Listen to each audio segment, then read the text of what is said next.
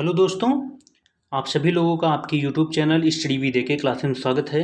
दोस्तों, आज से हम शुरू करने वाले हैं जो सीटेट का आप पिछले ईयर्स के जितने भी क्वेश्चन पेपर्स हैं उसको हम कवर करेंगे।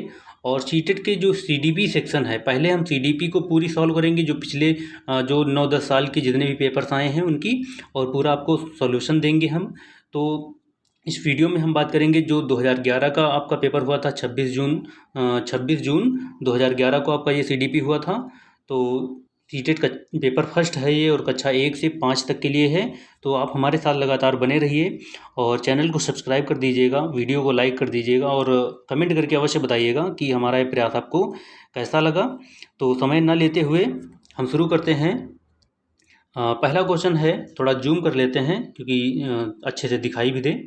तो आप जो है जूम करने पर ज़्यादा तो फट रहा है, लेकिन चलिए ठीक है। ये ठीक है, सही है। तो आप इस पोर्शन पे जो है मत ध्यान दीजिएगा, क्वेश्चन नंबर 1 पे आप ध्यान दीजिए, इस पोर्शन पे मत ध्यान दीजिए।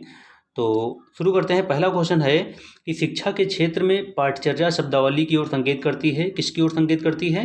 तो ऑप्शन नंबर 2 सही हो जाएगा कि शिक्षा के क्षेत्र में पाठचर्या शब्दावली जो है विद्यालय का संपूर्ण कार्यक्रम एवं पाठ्यक्रम जिसमें विद्यार्थी प्रतिदिन अनुभव प्राप्त करते हैं, किसकी ओर? ये ऑप्शन नंबर 2 इसका सही हो जाएगा। इसके बाद क्वेश्चन नंबर 2 दिया है कि निचली कक्षाओं में शिक्षण की खेल पद्धति मूल रूप से आधारित है। तो निचली कक्षाओं में जो शिक्षण की खेल पद्धति मूल रूप से किस पर आधारित है? तो वो ऑप्शन नंबर 3 विकास एवं वृद्धि के मनोवैज्ञानिक सिद्धांतों पर आधारित है। कैसे? कि जो वृद्धि का संबंध होता है वो शारीरिक वृद्धि से है, और जबकि विकास का संबंध क्या है, वो मानसिक वृद्धि की ओर संकेत करता है। तो जो निचली कक्षाओं में जो वृद्धि और विकास की बात की जा रही है, तो विकास किससे विकास, किस विकास की बात की जा रही है? तो मानसिक विकास की बात की जा रही है, और जबकि वृद्धि की बात की जा रही है तो वो शारीरिक वृद्धि की बात की जा रही है। तो ऑप्शन नंबर 3 इसका सही हो जाएगा। इसके बाद अगला प्रश्न है कि एक बच्चा अतीत की समान परिस्थिति में की गई अनुक्रियाओं के आधार पर नई स्थिति के प्रति अनुक्रिया करता है, यह किससे संबंधित है? या किससे संबंधित है? ऑप्शन दिए हैं, सीखने का सादृश्यता नियम, सीखने का प्रभाव नियम, सीखने की प्रक्रिया का अभिवृत्ति नियम, और सीखने का तत्परता नियम। तो कौन सा सही हो जाएगा? तो क्वेश्चन नंबर 3 का जो है ऑप्शन नंबर 2 सही हो जाएगा, यानी कि सीखने का प्रभाव नियम। कैसे? कि बच्चे द्वारा जो अतीत की समान परिस्थितियों में की गई अनुक्रियाओं के आधार पर नई स्थिति के प्रति अनुक्रिया करना क्या है? सीखने के प्रभाव नियम से संबंधित है। ये इसका उत्तर हो जाएगा। अगला प्रश्न है, डिसलेक्सिया किससे संबंधित है? मानसिक विकार से, गणितीय विकार से, पठन विकार से, व्यवहार संबंधी विकार से? तो डिसलेक्सिया किससे संबंधित है? तो डिसलेक्सिया जो है पठन विकार यानी कि रीकिंग, यानी कि रीकिंग डिसऑर्डर बोलते हैं इसको, रीकिंग डिसऑर्डर से संबंधित है। किससे? रीकिंग डिसऑर्डर से संबंधित, जिसे हम पठन विकार कहते हैं। और यह एक प्रकार का जो अधिगम निर्योग्यता है, जिसका प्रकटीकरण क्या होता है? मुख्य रूप से वाणी या लिखित भाषा के दृश्य अंकन की कठिनाइयों के रूप में होता है। तो ऑप्शन नंबर 3 इसका सही हो जाएगा। इसके बाद क्वेश्चन नंबर 5 देखते हैं। क्वेश्चन नंबर 5 है कि विशेष आवश्यकता वाले बच्चों को शिक्षा उपलब्ध कराई जानी चाहिए। विशेष आवश्यकता वाले बच्चों को शिक्षा उपलब्ध कराई जानी चाहिए अन्य सामान्य बच्चों के साथ, या विशेष विद्यालयों में विशेष बच्चों के लिए विकसित पद्धतियों द्वारा, या फिर विशेष विद्यालयों में, या फिर विशेष विद्यालयों में विशेष अध्यापकों द्वारा या शिक्षकों द्वारा। तो विशेष आवश्यकता वाले बच्चों को शिक्षा उपलब्ध कराई जानी चाहिए। कैसे? तो वो ऑप्शन नंबर 4 हो जाएगा कि विशेष विद्यालयों में विशेष शिक्षकों द्वारा कराई जानी चाहिए। क्यों? क्योंकि भारत सरकार ने शिक्षा मंत्रालय द्वारा विशेष बालकों की शिक्षण के लिए जो प्रमुख विधियां अपनाई हैं, उसमें से पहली विधि है कि विशेष विद्यालयों में विशेष शिक्षकों द्वारा कराई जाए, और दूसरा है कि विशेष विद्यालयों में विशेष शिक्षण सामग्रियों द्वारा ऐसे बच्चों की जो क्या करा जाए, शिक्षा उपलब्ध ऐसे बच्चों को कराया जाए। ये जो है केंद्र सरकार ने किया है, ऐसा प्रावधान किया है। इसके बाद अगला प्रश्न है कि आकलन को उपयोगी और रोचक प्रक्रिया बनाने के लिए किसके प्रति सचेत होना चाहिए? किसके प्रति सचेत होना चाहिए? अलग अलग विद्यार्थियों में तुलना करना, विद्यार्थियों को बुद्धिमान या औसत शिक्षार्थी की उपाधि देना, शैक्षिक और सह शैक्षिक क्षेत्रों में विद्यार्थी के सीखने के बारे में जानकारी प्राप्त करने के लिए विविध तरीकों का प्रयोग करना, या फीडबैक देने के लिए तकनीकी भाषा का प्रयोग करना। तो आकलन को उपयोगी और रोचक प्रक्रिया बनाने के लिए किसके प्रति सचेत होना चाहिए? तो वो सचेत होना चाहिए विद्यार्थियों को बुद्धिमान या औसत शिक्षार्थी की उपाधि देना। तो ऐसे ऐसा क्या होता है कि आपका जो आकलन होता है वो बहुत ही उपयोगी होता है और रोचक होता है, मूल्यांकन जो होता है। ये इसका ऑप्शन नंबर 2 सही हो जाएगा। अगला प्रश्न है कि प्रतिभाशाली होने का संकेत नहीं है, कौन सा? सृजनात्मक विचार, दूसरों के साथ झगड़ा करना, अभिव्यक्ति में नवीनता या जिज्ञासा। तो इनमें से कौन सा जो है प्रतिभाशाली होने का संकेतक नहीं है? तो जो कहा गया कि जो दूसरों के साथ झगड़ना जो है प्रतिभाशाली होने का संकेतक नहीं है। दूसरों के साथ झगड़ना प्रतिभाशाली होने का संकेतक नहीं, क्योंकि प्रतिभाशाली बालक में क्या होती है? जिज्ञासा, अभिव्यक्ति की नवीनता तथा सृजनात्मक विचार जैसे गुण होते हैं, जिससे बालक जो है विद्यालय स्तर पर उच्च स्थान प्राप्त करता है। तो ऑप्शन नंबर 2 इसका सही हो जाएगा। अगला प्रश्न है कि बच्चे दुनिया के बारे में अपनी समझ का सृजन करते हैं, इसका श्रेय किसको जाता है? इसका श्रेय किसको जाता है? किसने कहा है कि बच्चे दुनिया के बारे में अपनी समझ का सृजन करते हैं? पियाजे ने कहा है, पैवलोव ने कहा, कोहलबर्ग ने कहा या स्किनर ने कहा है? तो किसने कहा है? तो बच्चे दुनिया के बारे में अपनी समझ का सृजन करते हैं, इसका श्रेय जो है मनोवैज्ञानिक जीन पियाजे को जाता है। किसको जाता है? मनोवैज्ञानिक जीन पियाजे को जाता है। इसके बाद अगला प्रश्न है कि कृतिका अक्सर घर में ज़्यादा बात नहीं करती, लेकिन विद्यालय में वह काफ़ी बात करती है। यह दर्शाता है, क्या दर्शाता है? कि विद्यालय का हर समय बच्चों को खूब बात करने का अवसर देता है।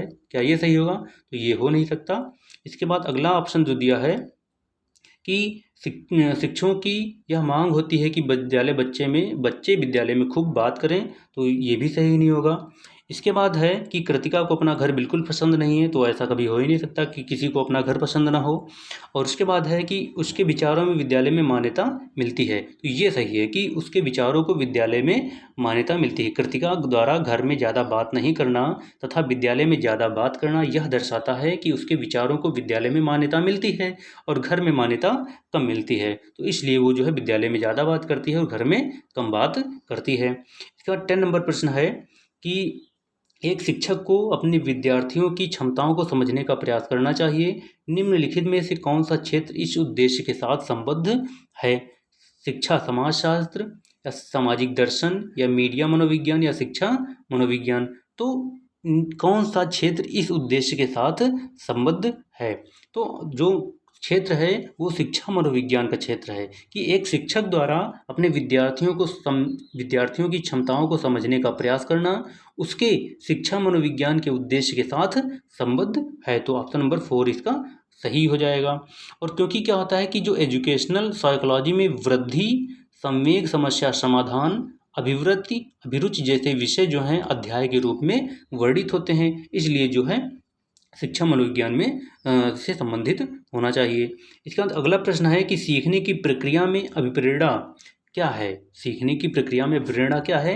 कि आप पहला देखते हैं, दिया है कि शिक्षार्थियों की स्मरण शक्ति को पैना बनाती है अभिप्रेरणा, या फिर अभिप्रेरणा क्या करती है कि पिछले सीखे हुए को नए अधिगम से अलग करती है, या शिक्षार्थियों को एक दिशा में सोचने के योग्य बनाती है, या शिक्षार्थियों को सीखने के प्रति रुचि का विकास करती है। तो सीखने की प्रक्रिया में अभिप्रेरणा क्या करती है? तो सीखने की प्रक्रिया में अभिप्रेरणा शिक्षार्थियों को सीखने के प्रति रुचि का विकास करती है, जो आगे चलकर जीवन का कारण और परिणाम बन जाती है। तो ऑप्शन नंबर 4 सही हो जाएगा, शिक्षार्थियों को सीखने के प्रति रुचि का विकास करती है। इसके बाद अगला प्रश्न है कि सीखना समृद्ध हो सकता है यदि? सीखना समृद्ध हो सकता है यदि क्या हो? वास्तविक दुनिया से उदाहरणों को अच्छा मिलाया जाए, जिसमें विद्यार्थी एक दूसरे से अंतःक्रिया करें और शिक्षक उस प्रक्रिया को सुगम बनाए। या फिर 2 नंबर दिया है कि कक्षा में अधिक से अधिक शिक्षण सामग्री का प्रयोग किया जाए। या फिर तीसरा दिया है कि शिक्षक विभिन्न प्रकार के व्याख्यान और स्पष्टीकरण का प्रयोग करे। या फिर कक्षा में आवधिक परीक्षाओं पर अपेक्षित ध्यान दिया जाए। तो सीखना समृद्ध हो सकता है यदि क्या किया जाए कि यदि वास्तविक दुनिया से उदाहरणों को कक्षा में लाया जाए जिसमें विद्यार्थी एक दूसरे से अंतःक्रिया करें और शिक्षक उस प्रक्रिया को क्या करे, सुगम बनाए, तभी सैद्धांतिक ज्ञान की व्यावहारिक परिणति होगी। तो ऑप्शन नंबर इसका ए सही हो जाएगा, वो ऑप्शन नंबर 1 इसका सही हो जाएगा। इसका अगला प्रश्न देखते हैं। प्रश्न नंबर है 13 नंबर प्रश्न दिया है कि निम्न में से कौन से कथन को सीखने की प्रक्रिया की विशेषता नहीं मानना चाहिए। कौन सा कथन है जिसको सीखने की प्रक्रिया की विशेषता नहीं मानना चाहिए। ऑप्शन देखते हैं कि शैक्षिक संस्थान ही एकमात्र संस्थान है जहां अधिगम प्राप्त होता है, क्या ये सही है? या फिर सीखना एक व्यापक प्रक्रिया है, या सीखना लक्ष्योन्मुखी प्रक्रिया है, या अनधिगम भी सीखने की प्रक्रिया से संबंधित है। तो कौन सा कथन है जो सीखने की प्रक्रिया की विशेषता नहीं मानना चाहिए? तो ऑप्शन जो दिया है कि शैक्षिक संस्थान की एकमात्र स्थान जो होता है जहाँ अधिगम प्राप्त होता है, शैक्षिक संस्थान जो होता है वही क्या होता है, एकमात्र स्थान होता है जहाँ अधिगम प्राप्त होता है, और इसलिए सीखने की प्रक्रिया की विशेषता इसे नहीं मानना चाहिए। ऑप्शन नंबर 1 जो है इसका सही हो जाएगा। इसका अगला प्रश्न है कि पाँचवीं कक्षा के दृष्टिबाधित विद्यार्थी को क्या करना चाहिए कि को निचले स्तर के कार्य करने की छूट मिलनी चाहिए? नहीं, ये होना ही नहीं चाहिए। को माता पिता और मित्रों द्वारा उसे दैनिक कार्यों में करने में सहायता की जानी चाहिए, हो सकता है। और या फिर के साथ कक्षा में सामान्य रूप से व्यवहार किया जाना चाहिए और श्रव्य सीडी के माध्यम से सहायता उपलब्ध कराई जानी चाहिए। तो अगर सीडी दिखाई जाएगी तो वो दृष्टिबाधित है, सीडी देखेगा है, देख ही नहीं पाएगा। इसके बाद है कि दृष्टिबाधित विद्यार्थी के साथ कक्षा में विशेष व्यवहार किया जाना चाहिए। अगर उसके साथ हम विशेष व्यवहार करेंगे तो उससे क्या महसूस होगा कि एक अलग आइडेंटिटी उसकी हो जाएगी कि वो दृष्टिबाधित है, उसको हमेशा हीन भावना होगी। तो उससे हमें क्या करना चाहिए कि उस माता पिता को, दृष्टिबाधित विद्यार्थी को जो है माता पिता और मित्रों द्वारा उसे दैनिक कार्यों को करने में सहायता की जानी चाहिए। तो 2 नंबर इसका सही हो जाएगा। नहीं, ये 2 नंबर सॉरी 2 नंबर सही नहीं होगा, 3 नंबर हो जाएगा। इसमें क्या किया जाना चाहिए कि सामान्य रूप से व्यवहार किया जाना चाहिए और श्रव्य सीडी के माध्यम से सहायता उपलब्ध कराई जानी चाहिए। सॉरी, हमने आपको गलत बता दिया। तो ऑप्शन नंबर 3 इसका सही हो जाएगा। इसके बाद अगला प्रश्न है कि प्राथमिक स्तर पर एक शिक्षक में निम्न में से किसे सबसे महत्वपूर्ण विशेषता मानना चाहिए? किसे मानना चाहिए कि पढ़ाने की उत्सुकता, धैर्य और दृढ़ता, शिक्षण पद्धतियों और विषयों के ज्ञान में दक्षता, और या फिर 4 नंबर दिया है अतः मानक भाषा में पढ़ाने में दक्षता। तो क्वेश्चन दिया है कि प्राथमिक स्तर पर एक शिक्षक में निम्न में से किसे सबसे महत्वपूर्ण विशेषता मानना चाहिए? तो किसे मानना चाहिए कि प्राथमिक स्तर पर एक शिक्षक में धैर्य और दृढ़ता को सबसे महत्वपूर्ण विशेषता माना जाना चाहिए। तो धैर्य और दृढ़ता, ऑप्शन नंबर 2 सही हो जाएगा। इसका अगला प्रश्न है कि वह अवस्था जब बच्चा तार्किक रूप से वस्तुओं व घटनाओं के विषय में चिंतन प्रारंभ करता है, कौन सी अवस्था होती है? संवेदी प्रेरक अवस्था, या औपचारिक संक्रियात्मक अवस्था, पूर्व संक्रियात्मक अवस्था, या मूर्त संक्रियात्मक अवस्था। तो कौन सी अवस्था होती है वो? तो वह अवस्था जब बच्चा तार्किक रूप से वस्तुओं व घटनाओं के विषय में चिंतन प्रारंभ करता है तो वो मूर्त संक्रियात्मक अवस्था कहलाती है। कौन सी अवस्था कहलाती है? मूर्त संक्रियात्मक अवस्था कहलाती है। अगला प्रश्न है कि एक शिक्षक अपने लोकतांत्रिक स्वभाव के कारण विद्यार्थियों को पूरी कक्षा में कहीं भी बैठने की अनुमति देता है। कुछ शिक्षार्थी एक साथ बैठते हैं और चर्चा करते हैं या सामूहिक पठन करते हैं, और कुछ चुपचाप बैठकर अपने आप पढ़ते हैं, और एक अभिभावक को यह पसंद नहीं आता। इस स्थिति से निपटने का निम्न में से कौन सा तरीका सबसे बेहतर हो सकता है? तो आइए देखते हैं कौन कौन से तरीके दिए हुए हैं। पहला तरीका दिया है कि अभिभावकों को प्रधानाचार्य से शिक्षक की शिकायत करनी चाहिए। क्या ये तरीका सही है? या फिर दूसरा देखते हैं। दूसरा ऑप्शन दिया है कि अभिभावकों को प्रधानाचार्य से अनुरोध करना चाहिए कि वे उनके बच्चे का अनुभाग बदल दें। या फिर अभिभावकों को शिक्षक पर विश्वास व्यक्त करना चाहिए और शिक्षक के साथ समस्या पर चर्चा करनी चाहिए। या फिर अभिभावकों को उस विद्यालय से अपने बच्चे को निकाल लेना चाहिए। तो जो इस स्थिति से निपटने का सबसे बेहतर तरीका क्या हो सकता है कि अभिभावकों को शिक्षक पर विश्वास व्यक्त करना और शिक्षक के साथ जो भी समस्या हो रही है उस पर बैठकर विचार या चर्चा करनी चाहिए। तो 3 नंबर सही हो जाएगा, तभी इसका समस्या का समाधान निकलेगा। बाकी जो ऑप्शन है वो इससे मैच नहीं करते हैं, वो ज़्यादा उपयुक्त नहीं हैं। अगला प्रश्न है कि सीखने के अंतःदृष्टि सिद्धांत को किसने बढ़ावा दिया है? तो किसने दिया है? गेस्टाल्ट यानी सिद्धांतवादी, पावलोव, जीन पियाजे, वाइगोत्स्की। तो सीखने के अंतःदृष्टि सिद्धांत को किसने दिया है? तो गेस्टाल्ट सिद्धांतवादी ने सीखने के अंतःदृष्टि सिद्धांत को बढ़ावा दिया है। तो ऑप्शन नंबर ए जो है इसका एक राइट आंसर हो जाएगा। इसका अगला प्रश्न है कि बच्चों के बौद्धिक विकास की 4 विशिष्ट अवस्थाओं की पहचान की गई है। किसने किया है? कोहलबर्ग द्वारा, एरिक्सन द्वारा, स्किनर द्वारा या जीन पियाजे के द्वारा।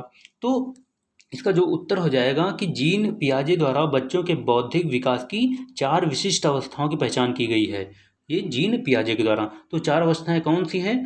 पूर्व बाल्यावस्था, पहली पूर्व बाल्यावस्था, और दूसरी हो जाएगी बाल्यावस्था, तीसरी हो जाएगी किशोरावस्था, और चौथी है प्रौढ़ावस्था। तो ये चारों अवस्थाएं आपको पता होनी चाहिए कि बौद्धिक विकास यानी बच्चों के बौद्धिक विकास की 4 विशिष्ट अवस्थाओं की पहचान जीन पियाजे द्वारा की गई है। और ये 4 अवस्थाएं हैं पूर्व बाल्यावस्था, किशोरावस्था और प्रौढ़ावस्था। इसका अगला प्रश्न है कि निम्न में से किस अवस्था में बच्चे अपने समवयस्क समूह के सक्रिय सदस्य हो जाते हैं? किस अवस्था में हो जाते हैं? तो किशोरावस्था, प्रौढ़ा, पूर्व बाल्यावस्था या बाल्यावस्था। तो किस अवस्था में हो जाते हैं? तो बच्चे जो हैं किशोरावस्था में बच्चे जो हैं अपने समवयस्क समूह के सक्रिय सदस्य हो जाते हैं, क्योंकि किशोरावस्था जो होती है वो कब से कब तक होती है? 12 वर्ष से 18 वर्ष, यानी 12 वर्ष से 18 वर्ष की अवस्था जो होती है वो किशोरावस्था कहलाती है। और किसी व्यक्ति के बाल्यावस्था एवं प्रौढ़ावस्था के बीच विकास एवं समायोजन की यह क्या होती है? बहुत ही महत्वपूर्ण अवस्था होती है, जिसमें परिवर्तन की क्रांतिकारी प्रक्रिया शुरू हो जाती हैं। ये जो अवस्था होती है इसी में क्या होता है? बहुत सारी क्रांतिकारी अवस्थाएं होती, बहुत सारे क्रांतिकारी कार्य होते हैं किशोरावस्था में। तो ये बहुत ही ज़्यादा संक्रमणकालीन अवस्था होती है। तो ऑप्शन नंबर किशोरावस्था एक सही हो जाएगा। अगला प्रश्न है कि बच्चों की सीखने की प्रक्रिया में माता पिता को भूमिका निभानी चाहिए, नकारात्मक, अग्रोन्मुखी, सहानुभूतिपूर्ण या तटस्थ। तो कैसी भूमिका निभानी चाहिए? तो बच्चों की सीखने की प्रक्रिया में माता पिता को अग्रोन्मुखी भूमिका निभानी चाहिए। कौन सी? अग्रोन्मुखी भूमिका निभानी चाहिए। ऑप्शन नंबर 2 सही हो जाएगा इसका। अगला प्रश्न है कि विकास कभी न समाप्त होने वाली प्रक्रिया है, यह विचार किससे संबंधित है? अंतः संबंध का सिद्धांत, निरंतरता का सिद्धांत, एकीकरण का सिद्धांत या अंतः क्रिया का सिद्धांत। तो विकास कभी न समाप्त होने वाली प्रक्रिया है, यह सिद्धांत जो है यह निरंतरता के सिद्धांत से संबंधित है, क्योंकि जो विकास एक सतत प्रक्रिया है जो निरंतर चलती रहती है, इसे कभी न समाप्त होने वाली प्रक्रिया भी कहा जाता है। तो ऑप्शन नंबर 2 निरंतरता का सिद्धांत सही हो जाएगा। अगला प्रश्न है कि वह कौन सा स्थान है जहां बच्चे के संज्ञानात्मक विकास को सबसे बेहतर तरीके से परिभाषित किया जा सकता है? वह कौन सा स्थान है? खेल का मैदान, विद्यालय एवं कक्षा पर्यावरण, सभागार या घर। तो कौन सा स्थान हो जाएगा? तो विद्यालय एवं कक्षा पर्यावरण वह स्थान है, यानी कि ऑप्शन नंबर 2 विद्यालय एवं कक्षा पर्यावरण वह स्थान है जहां बच्चे के संज्ञानात्मक विकास को सबसे बेहतर तरीके से परिभाषित किया जा सकता है। तो ऑप्शन नंबर 2 इसका सही हो जाएगा, विद्यालय एवं कक्षा वातावरण। इसका अगला प्रश्न देखते हैं। प्रश्न नंबर है 24 नंबर प्रश्न है कि निम्न में से कौन सा बुद्धिमान बच्चे का लक्षण नहीं है? कौन सा नहीं है? वह जो लंबे निबंधों को बहुत जल्दी रटने की क्षमता रखता है, या फिर वह जो प्रवाहपूर्ण एवं उचित तरीके से संप्रेषण करने की क्षमता रखता है, या वह जो अमूर्त रूप से सोचता रहता है, या फिर वह जो नए परिवेश में स्वयं को समायोजित कर सकता है। तो कौन सा बुद्धिमान बच्चे का लक्षण नहीं है? तो वह जो लंबे निबंधों को बहुत जल्दी रटने की क्षमता रखता है, बुद्धिमान बच्चे का लक्षण नहीं है। तो ऑप्शन नंबर ए ये सही हो जाएगा। बाकी ये सभी उसके लक्षण हैं और ये लक्षण उसका नहीं है। तो ऑप्शन नंबर नहीं पूछ रहा है, तो आप इसको लगा देंगे कि वह जो लंबे निबंधों को बहुत जल्दी रटने की क्षमता रखता है वो बुद्धिमान बच्चे का लक्षण नहीं है। अगला प्रश्न है कि को एक अभिप्रेरित शिक्षण का संकेतक माना जाता है। किसको माना जाता है? कक्षा में अधिगम उपस्थित को, शिक्षक द्वारा दिया गया उपचारात्मक कार्य, या विद्यार्थियों द्वारा प्रश्न पूछना, या कक्षा में एकदम खामोशी।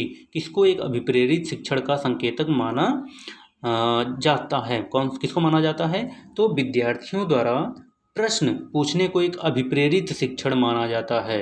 विद्यार्थियों द्वारा प्रश्न पूछने को अभिप्रेरित शिक्षण माना जाता है, क्योंकि बच्चे जिज्ञासा और उनके क्या होते हैं प्रश्न मौलिक होते हैं, जबकि पढ़ाने वाला शिक्षक काफ़ी परिमार्जित होता है। तो ऑप्शन नंबर 3 इसका सही हो जाएगा। अगला प्रश्न है कि निम्न में से कौन सा बच्चे की सामाजिक मनोवैज्ञानिक आवश्यकताओं के साथ संबद्ध नहीं है? कौन नहीं है? सामाजिक अनुमोदन अथवा सराहना की आवश्यकता, या संवेगात्मक सुरक्षा की आवश्यकता, या शरीर से अपशिष्ट पदार्थों का नियमित रूप से बाहर निकलना, या सानिध्य संगत की आवश्यकता। तो कौन सा संबद्ध नहीं है? तो ऑप्शन नंबर जो इसका हो जाएगा कि 3 नंबर जो है, शरीर से अपशिष्ट पदार्थों का नियमित रूप से बाहर निकलना बच्चे की सामाजिक मनोवैज्ञानिक आवश्यकताओं के साथ संबद्ध नहीं है। तो ऑप्शन नंबर 3 इसका सही हो जाएगा। अगला प्रश्न देखते हैं कि मन का मानचित्रण संबंधित है, किससे संबंधित है? बोध या समझ बढ़ाने की तकनीक से, साहसिक कार्यों की क्रिया योजना से, मन का चित्र बनाने से, या मन की क्रियाशीलता पर अनुसंधान से। तो मन का मानचित्रण किससे संबंधित है? तो मन का मानचित्रण मन की क्रियाशीलता पर अनुसंधान से संबंधित है। तो ऑप्शन नंबर 4 इसका सही हो जाएगा, मन की क्रियाशीलता पर अनुसंधान से संबंधित है। अगला प्रश्न है कि विशेष रूप से प्राथमिक स्तर पर विद्यार्थियों की सीखने संबंधी समस्याओं को संबोधित करने का सबसे बेहतर तरीका है। कौन सा तरीका है? अक्षमता के अनुरूप विभिन्न शिक्षण पद्धतियों का प्रयोग करना, महंगी और चमकदार सहायक सामग्री का प्रयोग करना, सरल और रोचक सहायक सामग्री का प्रयोग करना, कहानी कथन पद्धति का प्रयोग करना। तो विशेष रूप से प्राथमिक स्तर पर विद्यार्थियों की सीखने संबंधी समस्याओं को संबोधित करने का सबसे बेहतर तरीका क्या है? कि अक्षमता के अनुरूप विभिन्न शिक्षण पद्धतियों का प्रयोग करना, विशेष रूप से प्राथमिक स्तर पर विद्यार्थियों की सीखने की संबंधी समस्याओं को संबोधित करने का सबसे बेहतर तरीका है। ऑप्शन नंबर 1 इसका उत्तर हो जाएगा। इसका अगला प्रश्न देखते हैं। प्रश्न नंबर है 29। प्रश्न नंबर है कि पियाजे के अनुसार निम्न में से कौन सी अवस्था बच्चे में अमूर्त संकल्पनाओं के विषय में तार्किक चिंतन करना आरंभ करता है? किसमें? मूर्त संक्रियात्मक अवस्था, औपचारिक संक्रियात्मक अवस्था यानी 11 वर्ष से ऊपर, प्रेरक संवेदी प्रेरक अवस्था यानी जन्म से 2 वर्ष तक, या पूर्व संक्रियात्मक अवस्था यानी कि 2 वर्ष से 7 वर्ष तक। तो जो क्वेश्चन है कह रहा है कि इसका ऑप्शन नंबर जो हो जाएगा 2 यानी कि औपचारिक संक्रियात्मक अवस्था। यानी पियाजे के अनुसार औपचारिक संक्रियात्मक अवस्था यानी 11 वर्ष से ऊपर में बच्चा क्या करता है? अमूर्त संकल्पनाओं के विषय में तार्किक चिंतन करना आरंभ कर देता है। 2 नंबर इसका सही हो जाएगा। इसका अगला प्रश्न है कि निम्न में से कौन सा शिक्षार्थियों में सृजनात्मकता का पोषण करता है? कौन सा करता है? अच्छी शिक्षा के व्यवहारिक मूल्यों के लिए विद्यार्थियों का शिक्षण, या प्रत्येक शिक्षार्थी की अंतर्जात प्रतिभाओं का पोषण एवं प्रश्न करने के अवसर उपलब्ध कराना, या विद्यालयी जीवन के प्रारंभ से उपलब्धि के लक्ष्य पर बल देना, या फिर परीक्षा में अच्छे अंकों के लिए विद्यार्थियों की कोचिंग करना। तो क्वेश्चन कह रहा है कि कौन सा विद्यार्थियों में सृजनात्मकता का पोषण करता है? कौन करता है? तो प्रत्येक शिक्षार्थी की अंतर्जात प्रतिभाओं का पोषण करने एवं प्रश्न करने के अवसर उपलब्ध कराना जो है विद्यार्थियों में सृजनात्मकता का पोषण करता है। तो ऑप्शन नंबर जो है 2 इसका सही हो जाएगा। तो दोस्तों हमने इस CDP कवर की है 2011 का जो आपका सीटेट का पेपर है, यानी कि फर्स्ट पेपर कक्षा 1 से 5 तक के लिए। तो आपको ये वीडियो कैसा लगा हमें कमेंट करके अवश्य बताइए। चैनल को सब्सक्राइब कर देना, वीडियो को लाइक कर देना और कमेंट करके अवश्य बताना। तो हम फिर मिलते हैं अगली वीडियो में, तब तक के लिए धन्यवाद, नमस्कार।